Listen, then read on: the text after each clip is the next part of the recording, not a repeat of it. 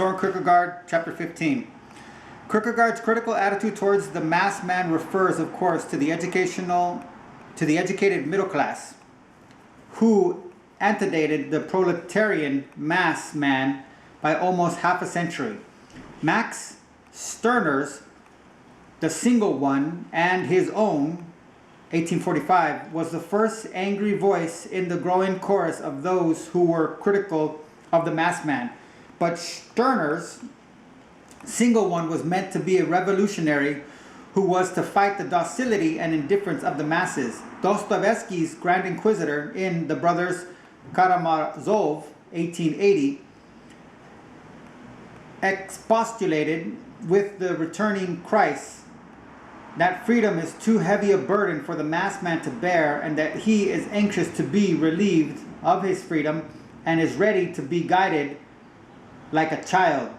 Nietzsche's Zarathustra, 1883, despises the masses, including the educated mass man, as quote-unquote much too many, over whom the Uberman was to rise and rule.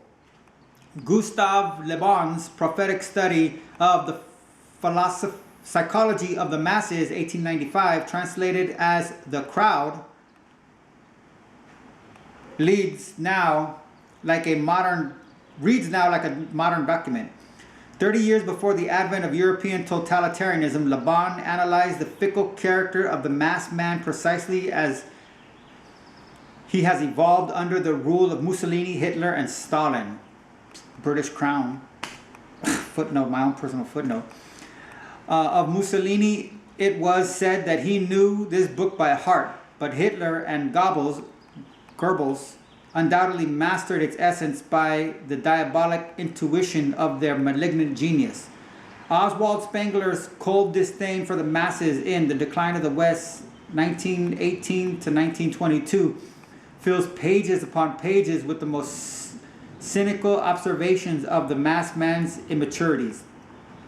And though Jose Ortega y Gasset's attitude is constructive and educational, his Revolt of the Masses, 1930, is likewise burdened with dire apprehensions and sound observations on the unpredictable shallowness of the mass man's psychology. Several of these writers concern themselves with political and social freedom, that paradoxical burden so hard to bear, yet the spiritual freedom to make moral and religious decisions, an even greater burden, must supply the energies for desire to be free politically and socially. Kierkegaard ignored the scientific and social conditions of his time in his quest for the inner freedom. Though he lived and wrote when Karl Marx's Communist Manifesto 1848 was published, neither Marx's scientific socialism nor the French socialism of the 1830s seem to have made any impression upon his thinking. If he were living today, he would in all likelihood center again upon the religious core of our confusion.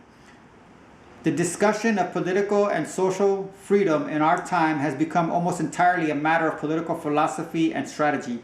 We are in danger of forgetting that our Christian heritage of spiritual freedom is the most productive source for our struggle in the realm of politics and social reform. 100 years ago, Kierkegaard wrote that, quote, Christianity in our times is close to becoming paganism. It has long ago yielded at least its main points, close quote. He was right and wrong in that strange duality in which much of his thinking moved. The trend towards paganism and secularism has increased, but the conscious resistance to Christian forces is also gaining in momentum. We have seen that the church as an organization lacked the strength and integrity to meet such adversity as was found in recent European history. But we also are realizing to an increasing degree that the individual's decision before God matters more than the phenomena of the masses as a political and social factor may make it appear. Whatever we may think about Kierkegaard's Single One before God, we should like to believe that his attributes of secret dignity and loyalty are living forces in many individuals today. The metaphysical displacement of our time and producing a wholesome effect upon many individuals, an effect that eludes the realm of statistics and may not even be represented in the political assertions of church and organized religion. But we must not raise such hope to the rank of an assurance. Pascal's mood in saying, quote, "We are not yet, we hope to be," close quote, has a Kierkegaardian ring and should also be our motto. The invasion of the secular by the spiritual is God's demand upon our time. God is the God of the living, and Rilke's existential tendency to have death pervade all his creative thinking is not in harmony with Kierkegaard's concern. Kierkegaard's awareness of the luminous penetration of all spheres of life by the quote-unquote lived vision of eternity is in some ways akin to Jasper's Existentialisierung. It not only lends life clarity, but also brings our guilt, littleness, and insufficiency into sharp focus, like a searchlight in the night suddenly flooding a hidden scene with its brilliant illumination. Fear, anxiety, and quote-unquote the holy terror of Berdyaev, the Lebensangst of Kafka, and the proverbial sense of suspense have, with Kierkegaard, their balance in God's love, the incomprehensible grace that dignifies life and restores victory. Man is guilty, but he is also redeemed from this guilt. Okay. In the concept of eternity that he emphasizes on, I gotta put a side note where everything is happening simultaneously. What's the point of fucking guilt if you're already redeemed? In our time, Kierkegaard's religious position has become, in a different and yet related sense, the crisis of modern man. Today, man is less willing to risk the quote-unquote leap into the uncertainties of believing and is inclined to foster the assurances with reason, logic, science, or dogma are supposed to supply.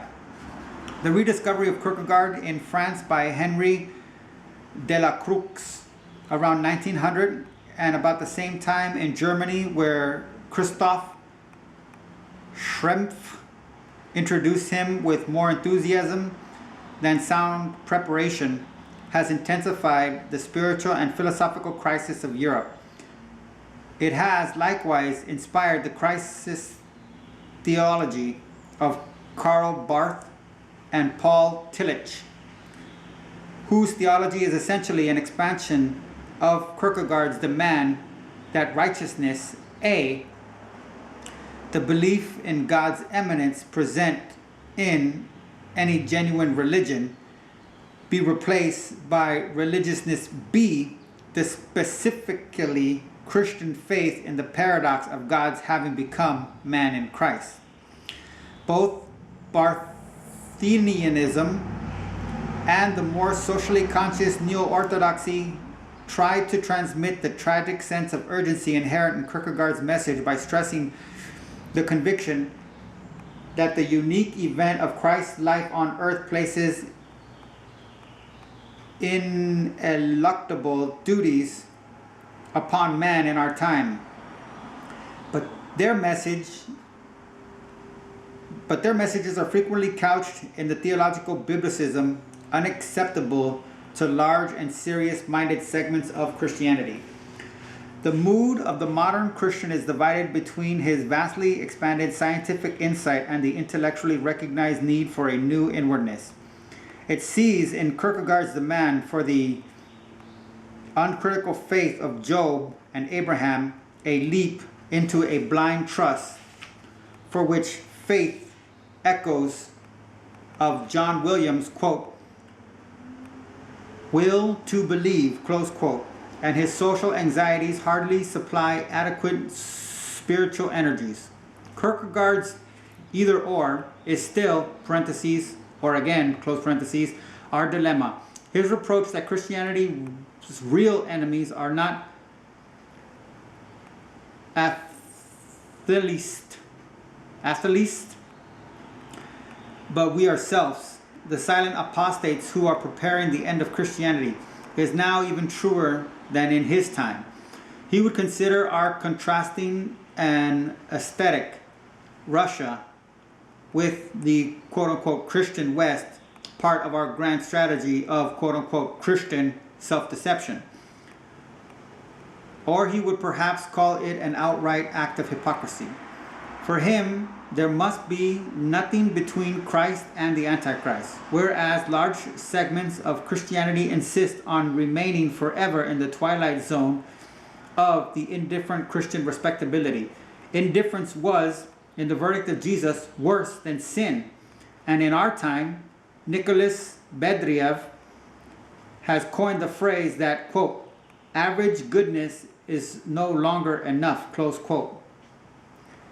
No wonder that the breakdown of Europe's civilization was heralded 30 years after Kierkegaard's life with the renewed force and in a different manner by the vitalism of Friedrich Nietzsche, whose worship of life and whose pagan flight into antiquity delivered into the hands of a self-satisfied middle class the convenient argument that he too was an eccentric and deserved no serious attention. This same obtuseness is again operating in our time when we minimize the